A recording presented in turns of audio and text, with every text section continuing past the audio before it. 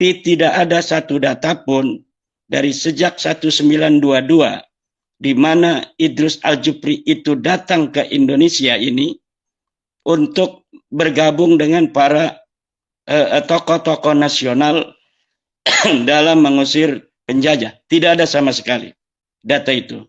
Maka mengenai jasa besar, orang yang berjasa besar dalam bidang lainnya walaupun tanpa adanya jasa perlawanan fisik melawan penjajah, itu hanya diberikan kepada mereka yang hidup setelah masa-masa penjajahan.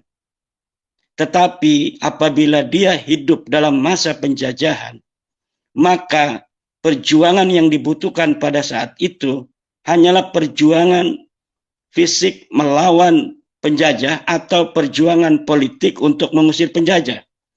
Seperti Soekarno dan Hatta. Saudara sekalian, fakta terbaru lagi yang dicanangkan atau ditemukan oleh Ki Haji Omruddin Usman Al-Bantani. Lalu kemudian beliau nanti akan menganalisis kalau sampai Idrus bin Salim Al-Jufri ini diangkat menjadi pahlawan nasional, maka akan melanggar dua undang-undang yang sangat berat, yaitu undang-undang tentang pahlawan nasional dan undang-undang tentang kewarganegaraan, saudara sekalian.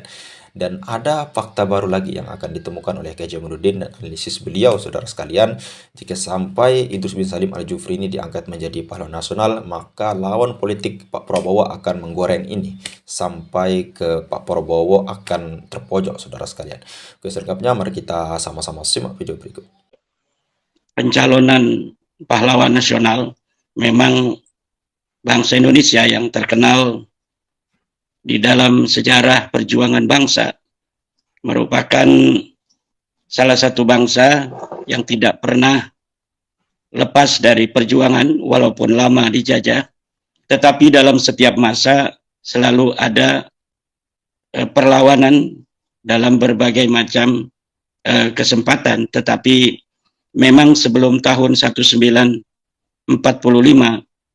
perjuangan itu tidak masif di seluruh wilayah tanah air, tetapi perlawanan-perlawanan yang dilakukan oleh para sultan-sultan di masing-masing daerah yang kadang-kadang daya tekannya tidak terlalu kuat karena hanya menyerang dari salah satu sisi, sementara kekuasaan VOC atau Hindia Belanda kemudian itu hampir merata di seluruh wilayah Nusantara.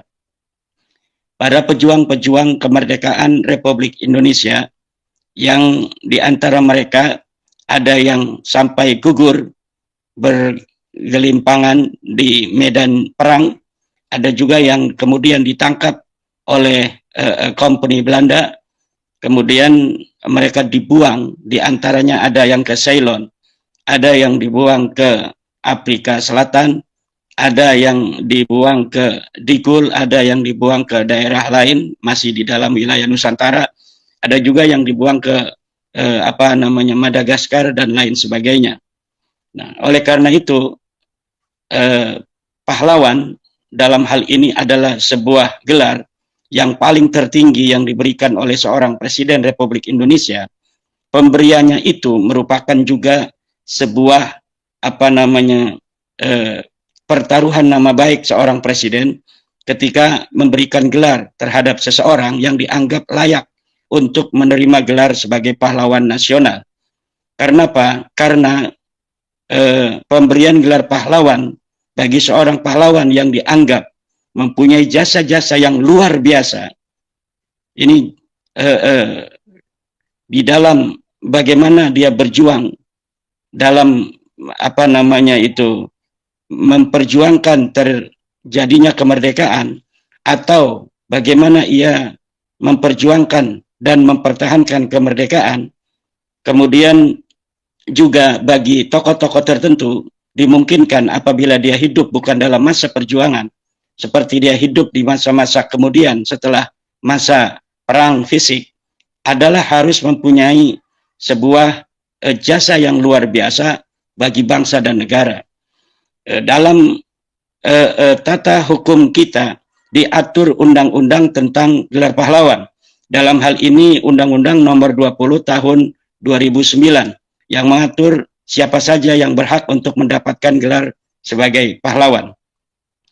Kemudian terkait dengan Idrus Al-Jufri, menurut saya berpotensi pemberian gelar bagi Idrus Al-Jufri ini melanggar dua undang-undang yang telah disahkan oleh DPR. Yang pertama adalah undang-undang yang tadi saya sebut, yaitu Undang-Undang Nomor 20 Tahun 2009 tentang Gelar Pahlawan Nasional. Yang kedua adalah Undang-Undang Nomor 12 Tahun 2006 tentang Warga Negara Republik Indonesia. Mengapa saya katakan bahwa berpotensi pemberian gelar terhadap Idrus Al-Jufri ini akan melanggar dua undang-undang itu? Yang pertama adalah di dalam Undang-Undang Nomor 20 Tahun 2009 tentang gelar pahlawan ini, gelar pahlawan hanya diberikan kepada dia yang telah berjuang di dalam perjuangan fisik, di dalam memperjuangkan terjadinya kemerdekaan Republik Indonesia. Dan Idrus bin Salim ini, Al-Jufri, beliau datang ke Nusantara yang waktu itu masih bernama Hindia Belanda tahun 1922 pada umur 30 tahun. Di situ seharusnya jika ia adalah seorang yang berjiwa kebangsaan anti penjajah, dia akan langsung bergabung dengan bangsa Indonesia lainnya untuk mengusir penjajah. Tetapi tidak ada satu data pun dari sejak 1922 di mana Idrus Al-Jufri itu datang ke Indonesia ini untuk bergabung dengan para tokoh-tokoh nasional dalam mengusir penjajah. Tidak ada sama sekali data itu. Maka mengenai jasa besar, orang yang berjasa besar dalam bidang lainnya walaupun tanpa adanya jasa perlawanan fisik melawan penjajah, itu hanya diberikan kepada mereka yang hidup setelah masa-masa penjajahan. Tetapi apabila dia hidup dalam masa penjajahan, maka perjuangan yang dibutuhkan pada saat itu hanyalah perjuangan fisik melawan penjajah atau perjuangan politik untuk mengusir penjajah. Seperti Soekarno dan Hatta, Syahrir, dan lain sebagainya. Mereka tidak ada satu data pun terjun ke medan perang. Tetapi beliau-beliau ini mengusahakan bagaimana secara politik dapat memerdekakan bangsa Indonesia.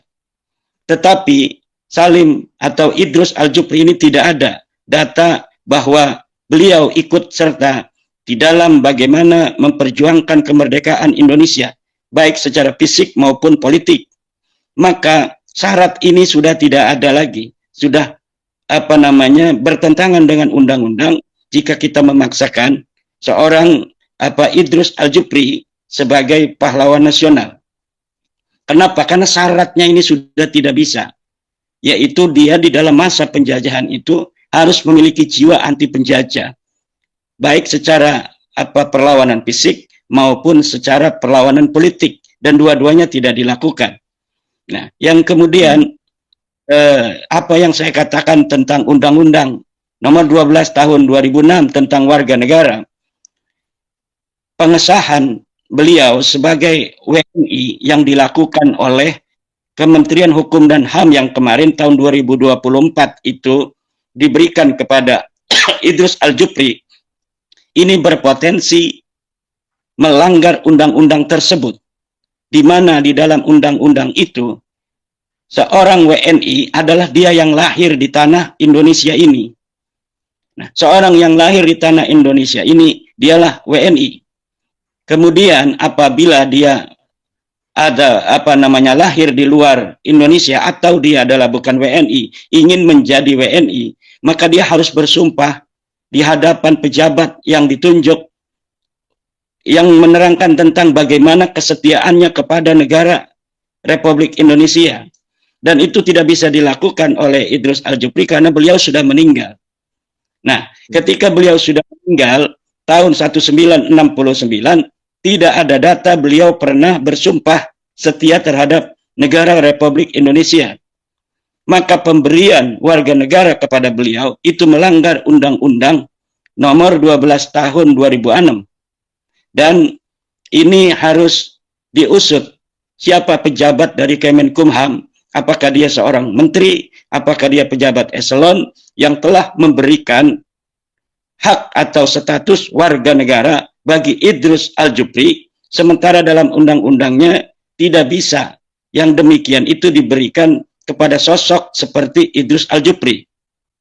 Memang Presiden dalam Undang-Undang Warga Negara tahun 2006 tersebut itu bisa memberikan status warga negara kepada seseorang yang dianggap berjasa. Tetapi seseorang itu harus masih hidup. Orang yang sudah wafat seperti Idrus Aljupri, betapapun menurut pengikutnya dia berjasa besar, tapi jasanya itu harus bersifat nasional, dirasakan oleh seluruh lapisan bangsa Indonesia.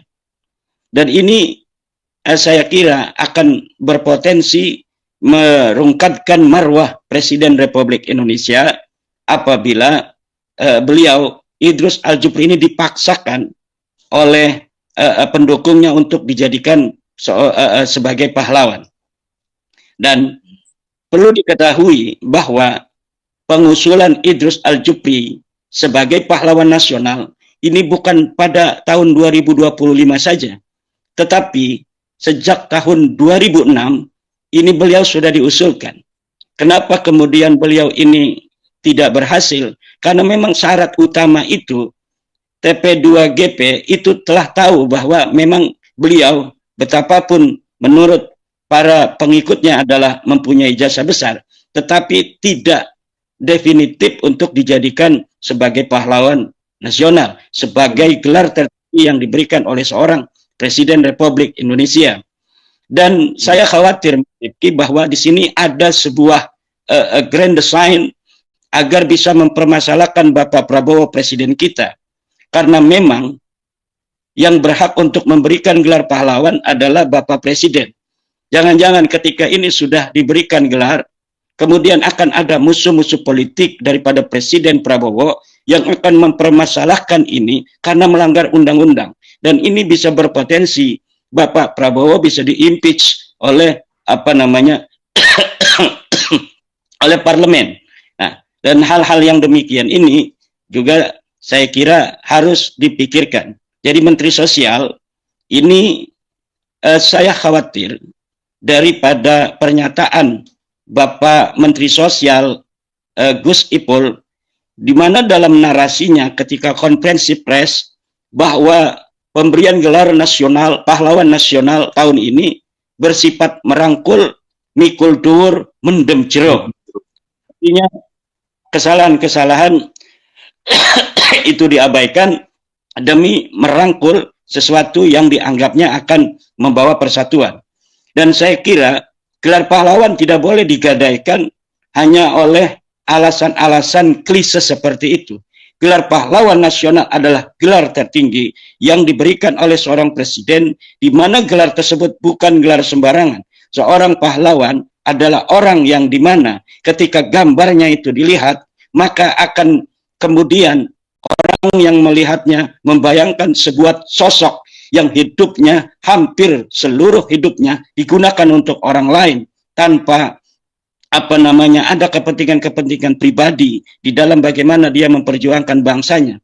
Harus menjadi inspirasi bagi pemuda-pemuda kita untuk dapat melakukan hal yang sama dalam hidupnya seperti pahlawan yang ada di tembok-tembok itu. Lalu bagaimana nanti jika pahlawan ketika pengusulannya penuh dengan demo-demo memaksakan ingin diakui sebagai pahlawan, kemudian terpaksa karena ada tekanan-tekanan masyarakat, pemerintah kemudian menerima desakan ini untuk tokoh itu dijadikan sebagai seorang pahlawan.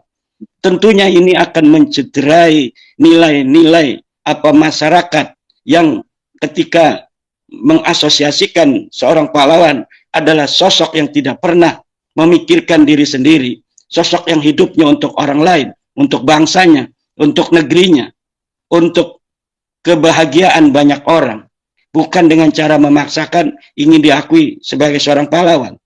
Dan saya kira belum tentu beliau Idrus Al-Jufri ini setuju dengan cara-cara yang tidak baik yang dilakukan oleh sebagian dari pendukung-pendukung hari ini yang ingin beliau dijadikan sebagai pahlawan nasional.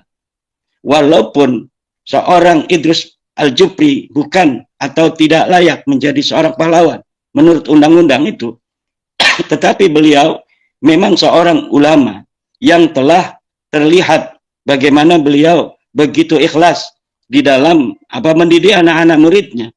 Tentunya ini jangan dicederai hanya untuk bagaimana beliau diakui sebagai seorang pahlawan. Dan saya kira nanti akan ada tren, Mas Rifki, di masa depan apabila ada sebuah momen pengusulan pahlawan nasional, ini akan ada demo-demo lagi masa depan di mana seorang pendukung, seorang tokoh pendukungnya akan demo agar tokohnya itu diakui sebagai pahlawan nasional. Dan nanti pahlawan-pahlawan Indonesia di masa depan adalah pahlawan-pahlawan hasil demo semua. Dan saya kira ini tidak baiklah untuk masa depan bangsa dan negara Indonesia, tanpa mengurangi daripada peran penting seorang guru, seorang ulama, seorang kiai. Tetapi pahlawan nasional itu sudah ada item-item yang diatur di dalam undang-undang bahwa dia yang harus menjadi atau layak jadi pahlawan adalah satu, dia orang yang pernah memperjuangkan memperjuangkan melawan secara fisik, atau jika dia tidak hidup di masa perjuangan itu, misalnya setelah merdeka, dia harus mempunyai karya besar yang berskala nasional yang manfaatnya bisa untuk dirasakan oleh hampir seluruh rakyat Indonesia. Demikian sementara. Okay. Jadi selain nanti ada tren calon pahlawan hasil dari demo-demo, juga mungkin bisa jadi akan ada tren setiap siapa yang jadi mensos, kemudian nanti yang ada kepentingan yang memiliki kepentingan mensos itu kemudian diajukan jadi pahlawan begitu. Jadi mensos menjadi pintu masuk. Perlu juga diketahui bahwa guru tua ini mempunyai cucu yang jadi mensos, yaitu Bapak Al-Jufri juga, yang pernah jadi mensos dari Partai Keadilan Sejahtera, dan bisa jadi itu diusulkan ketika beliau itu jadi Menteri Sosial. Dan saya kira ini tidak menjadi sebuah ekosistem yang kurang baik terhadap bagaimana dan siapa yang layak untuk jadi seorang pahlawan di masa yang akan datang. Oke, saudara sekalian, itu ya tadi apa yang disampaikan oleh Ki Haji Amiruddin Usman Al-Bantani, dan luar biasa sekali. Dan ternyata kalau kita ulang ya apa yang beliau sampaikan, ada dua undang-undang yang sangat berat yang dilanggar ketika pahlawan nasional ini diberikan kepada Idrus bin Salim Al-Jufri. Yang pertama, Undang-Undang Nomor 20 tahun 2029 tentang kepahlawanan nasional. Bagaimana orang yang diberikan, saudara sekalian, pahlawan nasional itu adalah orang yang benar-benar berjuang, orang yang benar-benar melawan penjajah, baik itu dari segi fisik maupun dari segi politik, bagaimana dia meredam atau mengusir penjajah dari segi politiknya, sebagaimana yang dikatakan di dalam oleh Ki Haji Amiruddin ya, yaitu Muhammad Hatta, lalu kemudian Presiden Insinyur Soekarno. Nah, kalau kita lihat secara fisik mungkin kurang di dalam berjuang, namun secara politik beliaulah yang paling berjasa, saudara sekalian, terutama Insinyur Soekarno dan Muhammad Hatta ini. Lalu kemudian Undang-Undang Nomor 12 yang tahun 2026 ya kalau tidak salah, ini tentang kewarganegaraan. Nah, jadi Idrus bin Salim Al-Jufri ini diberikan kewarganegaraan oleh Kemenkumham, saudara sekalian, itu 2024 kalau tidak salah. Nah, ini tidak bisa, orang yang sudah meninggal dunia tidak bisa diberikan daripada kewarganegaraannya, saudara sekalian. Dan ini akan menjadi polemiknya. Dan Ki Haji Amiruddin sempat menyinggung tadi bagaimana ketika Presiden Prabowo benar-benar mengangkat Idrus bin Salim Al-Jufri ini menjadi pahlawan nasional, maka ini akan dimanfaatkan oleh lawan politik Pak Prabowo. Mungkin itu yang disampaikan oleh Ki Haji Amiruddin. Ini sangat-sangat berbahaya, saudara sekalian, di mana ketika Pak Prabowo benar-benar mengangkat beliau menjadi pahlawan nasional, maka ini akan digoreng. Presiden sudah melanggar undang-undang. Presiden tidak patuh terhadap undang-undang. Dan ini akan dituntut lalu kemudian akan menjadi masalah besar di negara kita, saudara sekalian. Dan Pak Prabowo mungkin tidak, saya yakin Pak Prabowo tidak akan mengambil jalan yang berbahaya ini. Karena masih banyak hal-hal yang paling penting, yang paling urgen diselesaikan di negara ini. Ketimbang daripada kepahlawanan orang yang memang kewarganegaraannya juga belum jelas, saudara sekalian. Mungkin hanya itu saja yang bisa kita sampaikan, mudah-mudahan bermanfaat. Sekian, assalamualaikum warahmatullahi wabarakatuh.